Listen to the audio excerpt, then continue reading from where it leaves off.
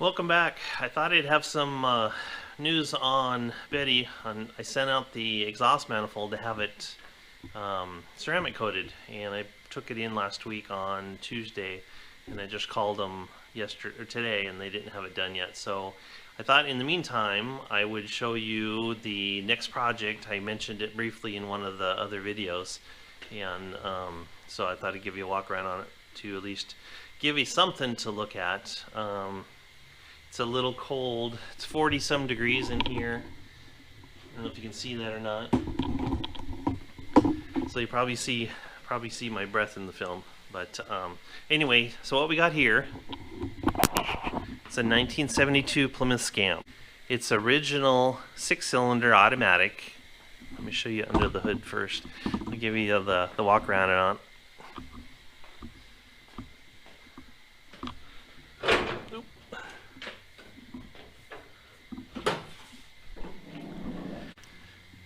It's original 6-cylinder automatic transmission, power steering, power brakes. Let's see, small bolt pattern, drum brake on the front. I pulled the engine out. It had an exhaust leak, and instead of working with it or messing with it, I thought I'd just pull it out and then force myself to do the V8 swap. It's like you know, it's a lot more work to do it that way, but I'm just not a big fan of the 6-cylinders either. And I bought a Duster, Plymouth Duster, not long after this. When I got this one, I've had this car about 5-6 years, and I was working on it, and I started with the back and started coming forward, and I'll explain that in a second. Anyway, the Duster was a project somebody started, and they had a lot of the pieces powder coated. You can see the spindles. It's a big bolt pattern disc brake in the front, and I put an 8 3/4 in the rear. But you can see a lot of the parts he had powder coated, so I'm going to utilize those. There's pulleys, transmission cross member, and there's a bunch of other stuff here too. Lower control arms, brand new rotors, bearings. I don't know if you can see. So it's all dusty. It's been sitting in here for a number of years. And I'm going to repaint the engine compartment the same color. So over the Christmas break I'll get everything all scuffed up and prime it and try shooting it, same paint color on it, just to clean it up a little bit.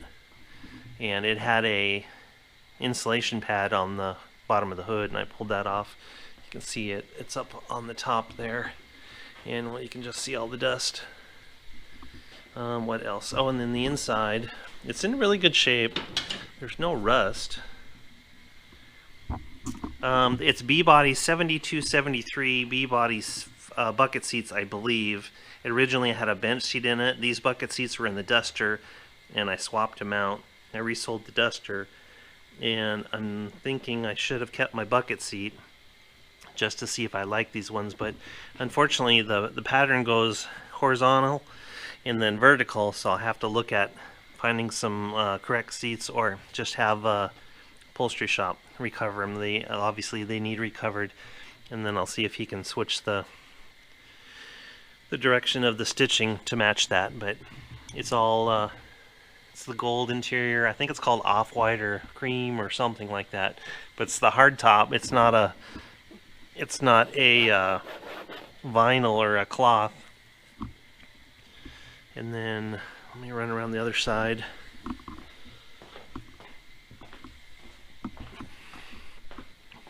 What my plans are for it is a 360 Magnum engine and a 4-speed transmission. The engine is at the machine shop. I've already got the clutch and brake pedal hanging, and then the mileage on it is 65,038. I doubt it's 165,000, so I'm guessing it's 65, but there is no rust in the quarter panels. You can't see it on the side. And then the lower fenders, there's no rust in there. The only spot of rust I found so far is on the edge of the door right here.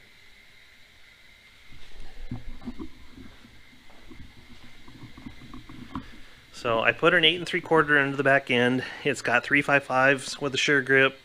I changed a big bolt pattern. It's got the Cooper Cobra 255 60/15 tires.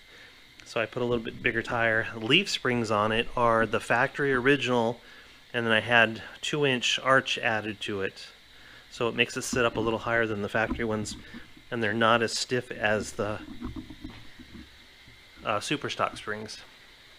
So it was an original vinyl top car, but there's no rust in the sheet metal, and I don't know what. I'm guessing the top was just old and they pulled it off, but I have all the pieces to put the vinyl top back on, but there is just nothing, no signs of rust anywhere. And then, oh, here's the side of the quarter. Let's see if you can see that. They were starting to repaint it or something, but there's just nothing. So I have all the parts to put it back together. I have a wing for it. I'm getting the snorkels for the hood, the dual snorkel. And let's see, it came with a trunk full of goodies also. I'm not going to pull them all out of there, but there's a lot of trim and stuff is already on there. And then there's a lot of stuff in there from eBay that the guy must have got also. And so I've got a lot of stuff to work with. As some of you guys know, the rear bumpers are the same as the Dodge Dart's 1970 Dodge Dart. And there's a lot of similarities on a lot of the other stuff. So I'd like to put the rally dash into it. That just reminds me of a Duster. I'm not a big fan of the Dusters. I used them more for parts cars than I did anything. But it's just I don't know if you can see it, but it's a basic Duster dash. So I'd like to change that in the future, but anyway, oh, there's the wing. And then the wing, and then the package tray panel. And the upholstery on the rear seat's real good. And just, you know, it's a normal 50, 60-year-old car. But there's no rust in the floorboards. So I'm pretty excited about the condition it's in. So, and there's another shot of the side. Tire fits in there nice. And then I've got another set of rallies for the front as well. And then the typical Plymouth grille, and then I've got the front bumper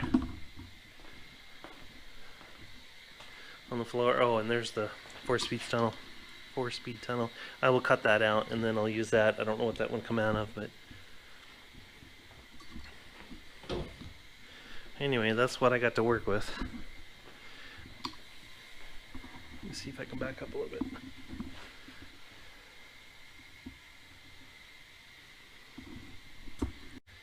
With a little bit more work, and it would give me an opportunity to put the V8 and a 4-speed into it, and then just go out and have fun. After my experience with cruising the loop here with Betty, it reminded me of the good old days. So this is something I want to do again, and it'd be nice to have an old car again on it. And I'm debating whether or not to pull the or to paint the primer spots or repaint the whole car.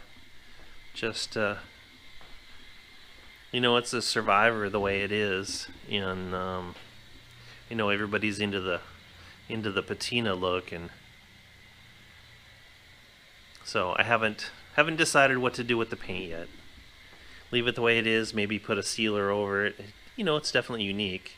Everybody's got a solid painted car, and so I'm not sure what to do with it yet. So that'll be a decision down the road, but just for now I want to get it running. talking with the machine shop, I'm not sure when he's going to have it done. He made the comment that if he closed his doors, he'd have enough work to keep him busy for 3 months. So I guess that's the way it is with a lot of them. And not to mention, some of the machine shops are even closing down, so there's not too many left that you can get good service from. So he's been doing, I'm not exactly sure how long, but it was probably 2000 when I had my Roadrunner, and he did the machine work on my 440 that I had for that. I'm sure you guys are familiar with some of that stuff too, trying to get machine work done, but anyway, that's the way it is.